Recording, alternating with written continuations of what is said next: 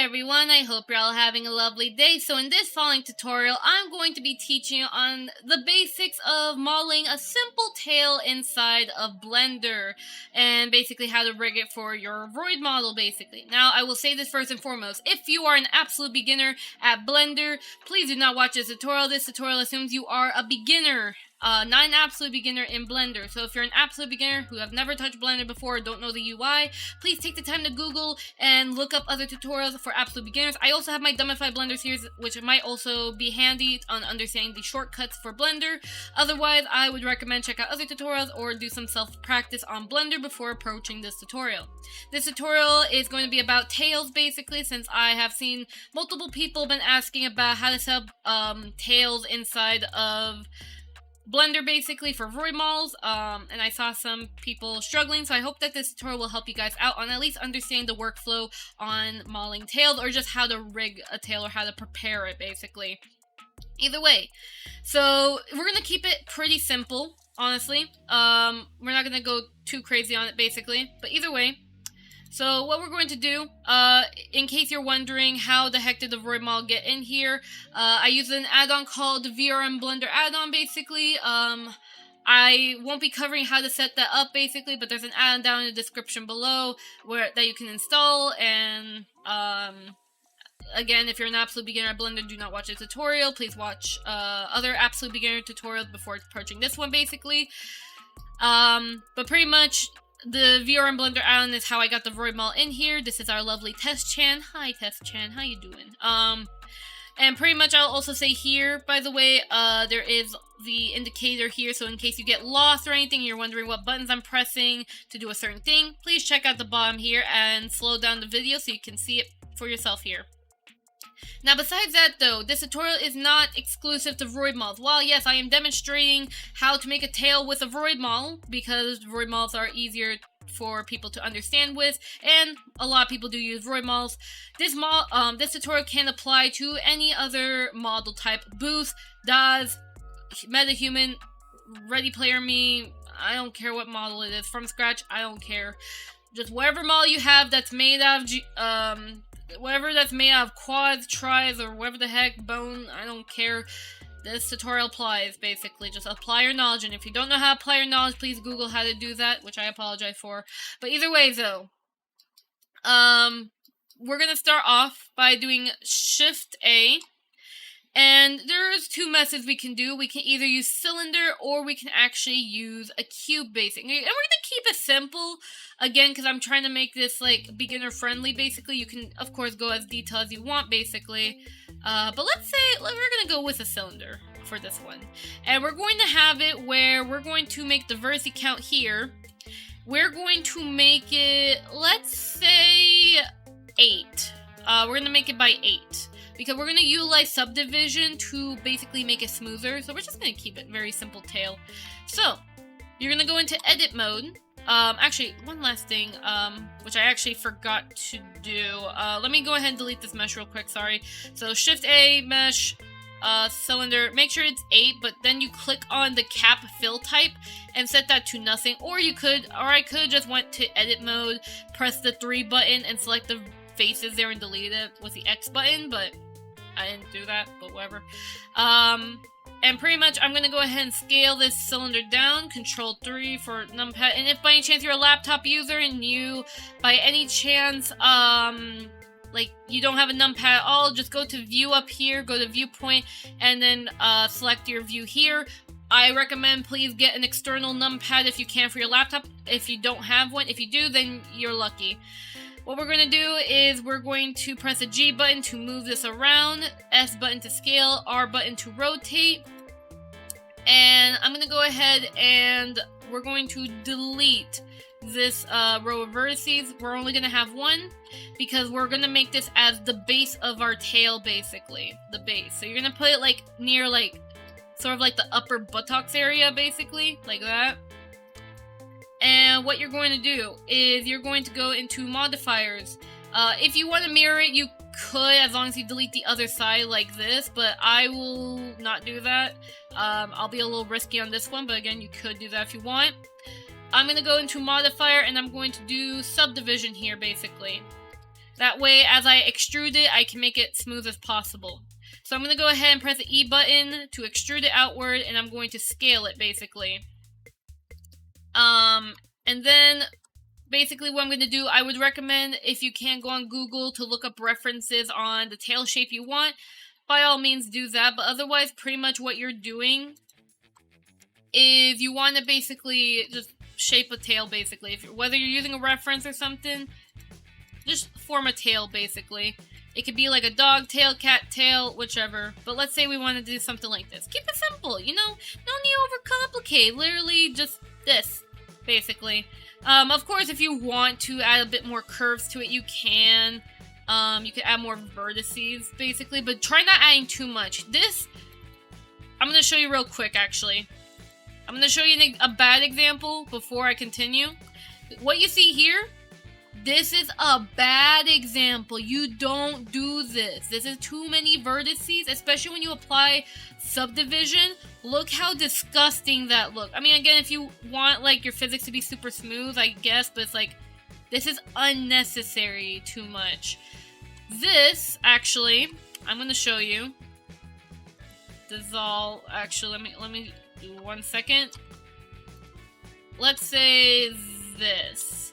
This is too little, by the way. This is an example of too little. Even with subdivision, too little for physics. Unless if it's like a shorter tail, if the tail's like shorter, it'd be understandable if there's less vertices. But keep in mind, if the longer your tail, probably more vertices you need, but don't overdo it, but don't make it too little, basically. Just remember that. And basically, here is the example, which I'm trying to do right now. Here is an example of a tail that is decent, where it's basically spread out evenly according to its length. And even with subdivision, look how perfect that is. This is what you want. Yes. I will also say as well, if by any chance, let's say you want this part of the tail to be super sharp, press the N button for the properties panel, go into the item tab, and then make sure that the vertex crease is set to 1. It will help with refining or making stuff like sharper or like have like a very specific shape, but honestly I like the way it is. It's like a soft point here, but again, your preference. But look, you just made a tail. Amazing! But either way though, basically what we're gonna do now that you model the tail, that's amazing. Once you have that, you're going to then select your mesh, go to object, and go to shade smooth. Very smooth indeed. And then what we're going to do now that we have a simple tail, and again, if you want to be as detailed as possible, you may, like, if I wanted to, like, add some detail, I guess, I don't know, like this or something, like, change the shape or something. If you want to add, like, some fur detail, you could do something like, this, basically. Again, you're gonna have to do some tweaking, of course. The way I'm doing it, it looks bad. I trust me, I do not personally do this myself.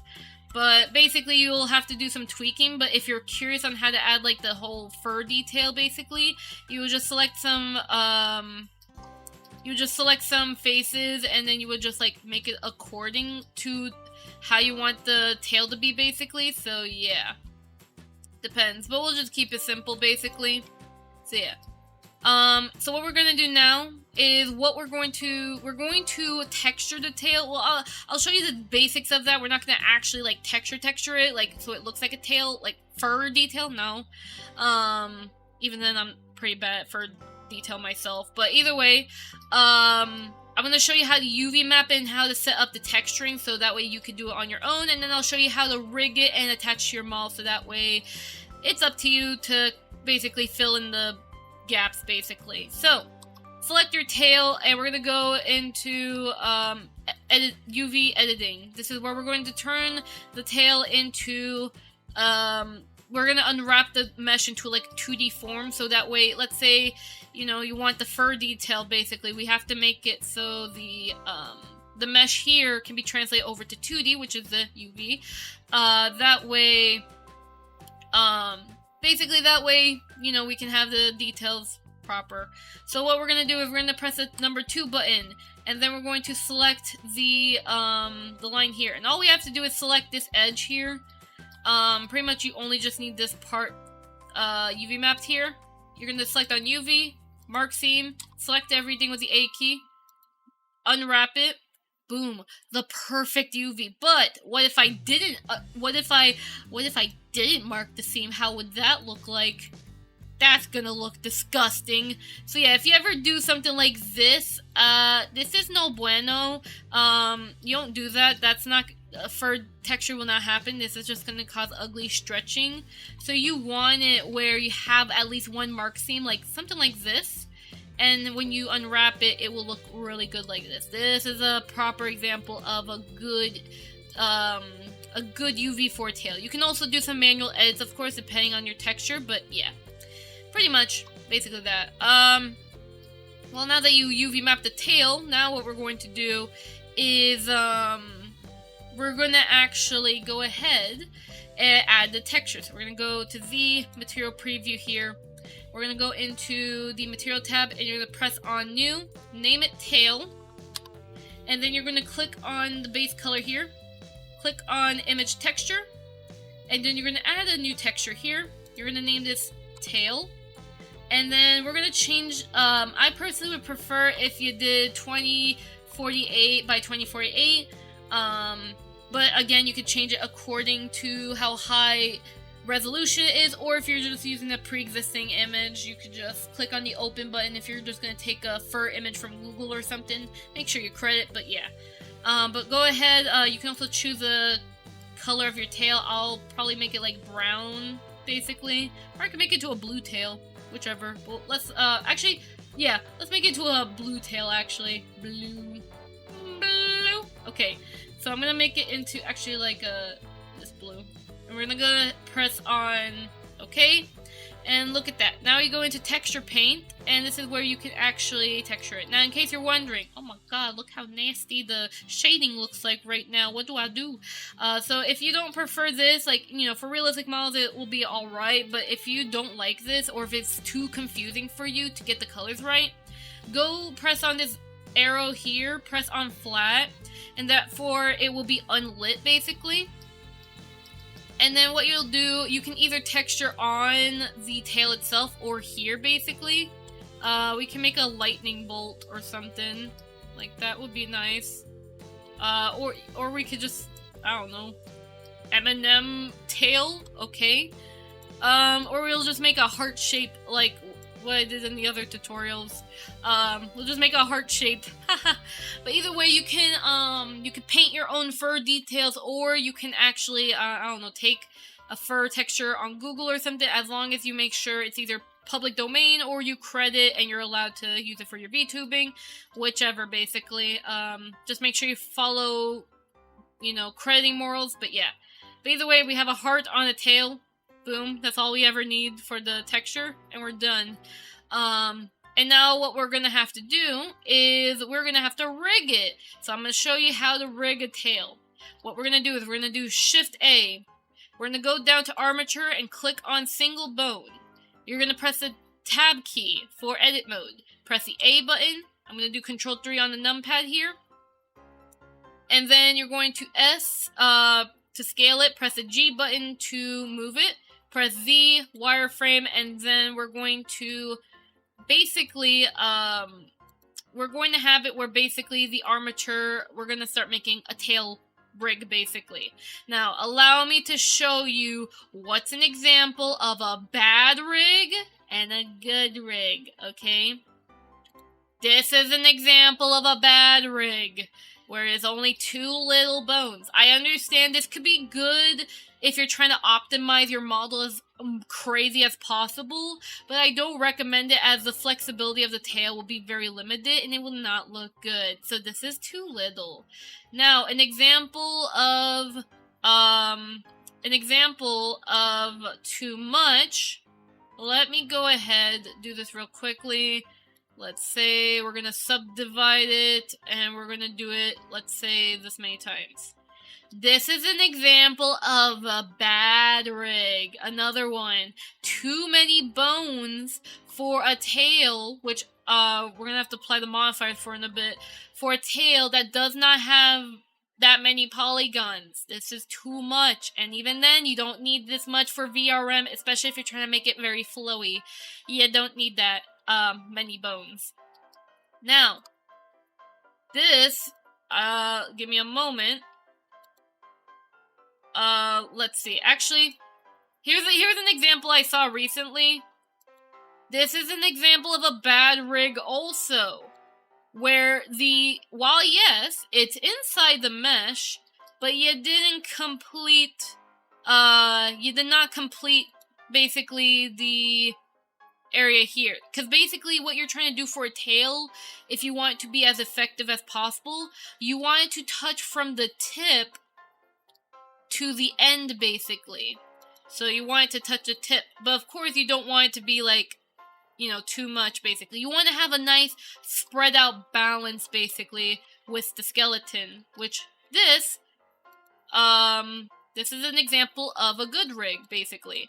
Now, of course, there may be some people who might have it where their tails, you may sometimes know some rigs where they have it like this, basically.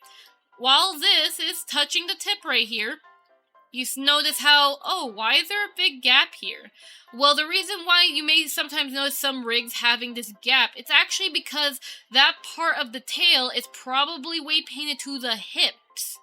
So that's probably, if you ever see that, it's probably because that part of the tail is weight painted to the hips, basically. Which, if you made your tail inside of Vroid itself, you are probably going to notice that, actually. Which I would recommend, if you are curious of how to fix that, you're probably going to have to split the tail, do some renaming of the vertex groups and all the other stuff, which I'm not going to show in this tutorial. Maybe it could be an independent tutorial if I can prep the right model for it, but yeah. Just wanted to show example. But either way, this is an example of a decent rig. You could add a little bit more bones to it if you want, but again, this is honestly perfect for the mesh, basically. And I'll go ahead. We're going to go into subdivision. We're going to apply this.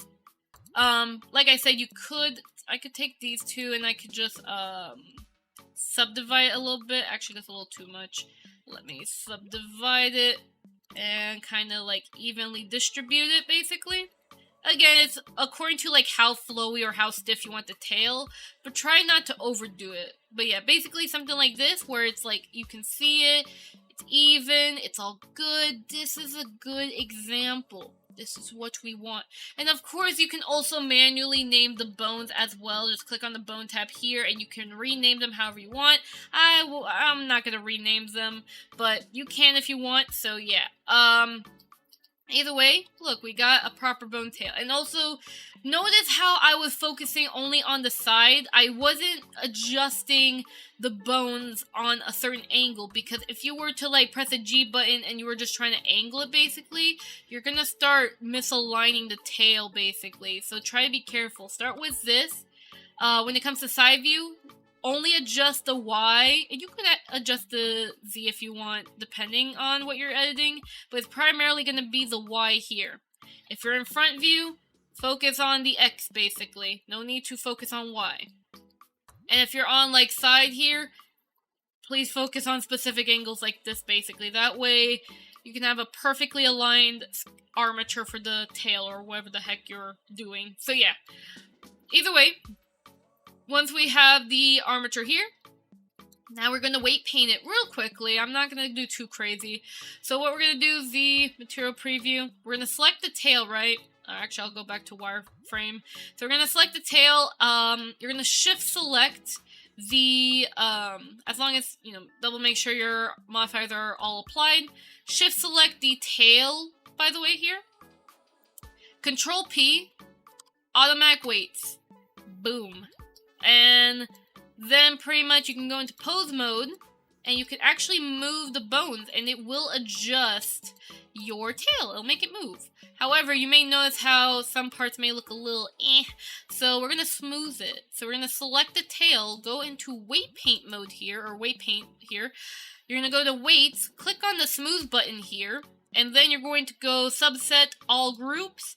and then you're going to make the factor to 1, so it's a bit more smoother. Again, you could do some more adjustments, like iteration could be more higher and all that, which I'll make it a little high. Don't make it too much, otherwise it will probably break other stuff.